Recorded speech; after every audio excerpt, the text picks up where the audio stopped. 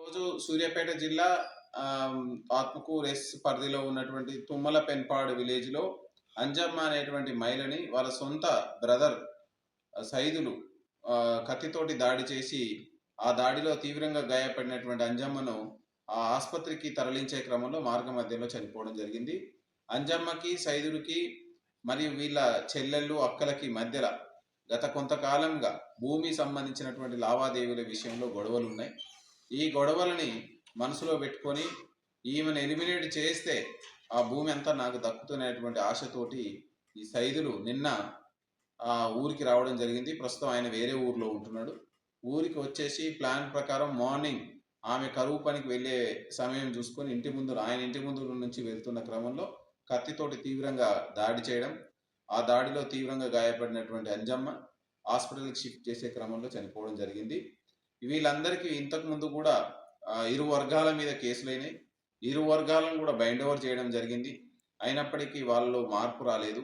ఈ సందర్భంగా మీడియా ముఖంగా సూర్యాపేట ప్రజానికానికి మనం తెలియజేసేది ఏంటంటే, ఏవైనా భూమిల పంచాయతీలు కావచ్చు, గెట్ల పంచాయతీలు కావచ్చు, బౌండరీ డిస్ప్యూట్స్ కావచ్చు, ఇంకా ఏ డిస్ప్యూట్స్ భూమి రిలేటెడ్ ఉంటే రెవెన్యూ కోర్టు పరిధిలో, సివిల్ కోర్టు పరిధిలో పరిష్కారం చేసుకోవాలి.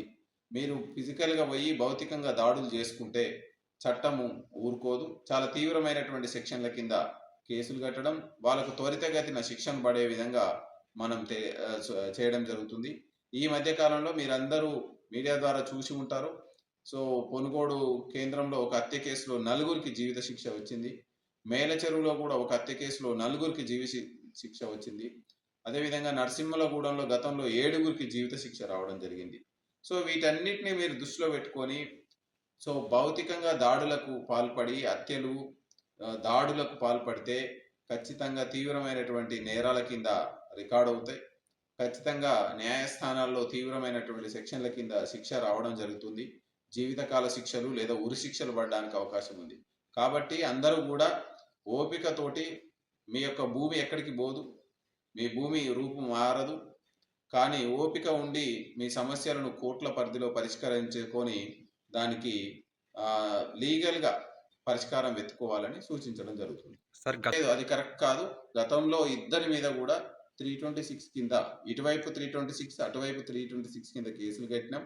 సో వీళ్ళ లాయర్లు మాట్లాడుకొని మేము పరిష్కారం చేస్తామని చెప్పి కోర్టులో ఒప్పించుకొని వాళ్ళు బెయిల్ తెచ్చుకున్నారు.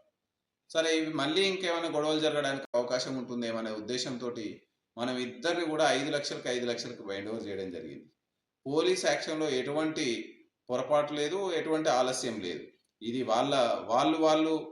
వాళ్ళ అంతర్గతంగా చర్చించుకొని వాళ్ళ ఈజీగా పరిష్కారం కావాలనే ఉద్దేశంతో ఇప్పుడు కోర్టు పరిధిలో పరిష్కారం కావాల్సింది పోలీసులు భూమిలో పరిష్కారం చేయలేదు. క్రిమినల్ యాక్షన్స్ విషయంలో పోలీసు తీవ్రంగా ఉంటుంది, ఖచ్చితంగా గట్టి చర్యలు తీసుకుంటారు.